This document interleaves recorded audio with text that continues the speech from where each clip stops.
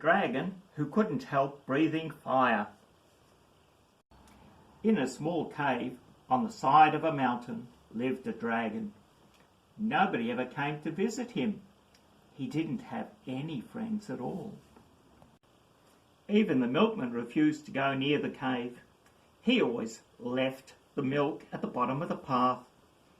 Like everyone else from the village, the milkman was afraid of dragons.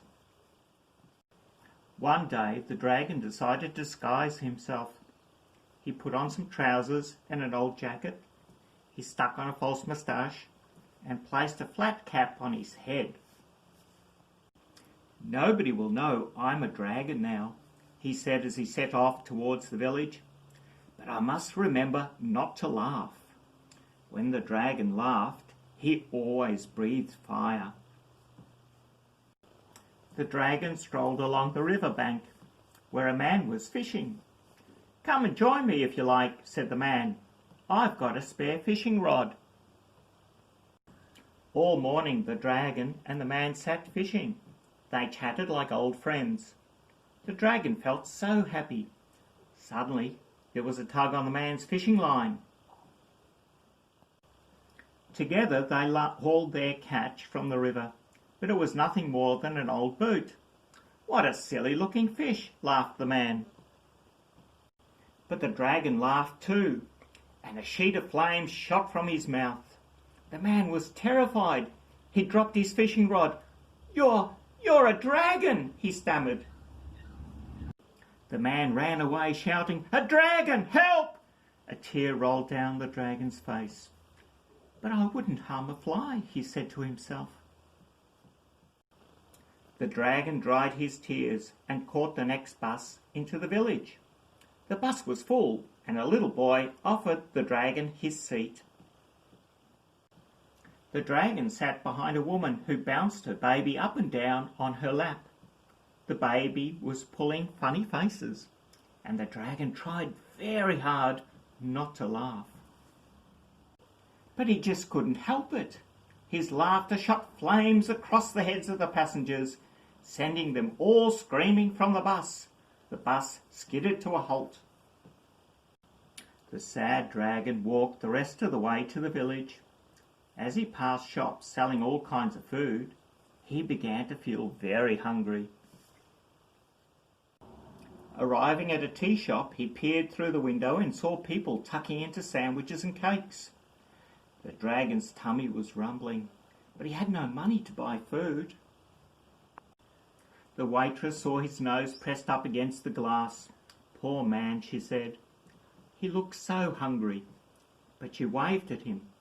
But the dragon thought she was shooing him away.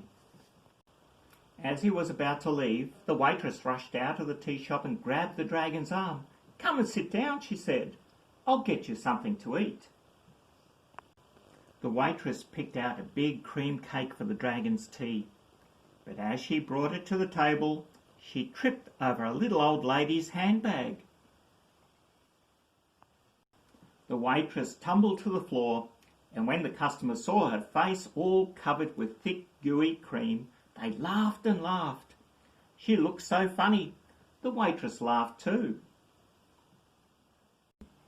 The dragon tried hard not to laugh, but he just couldn't help it.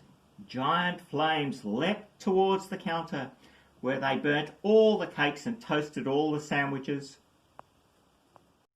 "I'm sorry," said the dragon when he saw what had happened. But no one was listening. Everyone ran screaming from the tea shop. "It's a dragon! It's a dragon! Help! Help!" The tearful dragon decided to go home. He knew he'd never find a friend because he just couldn't help breathing fire.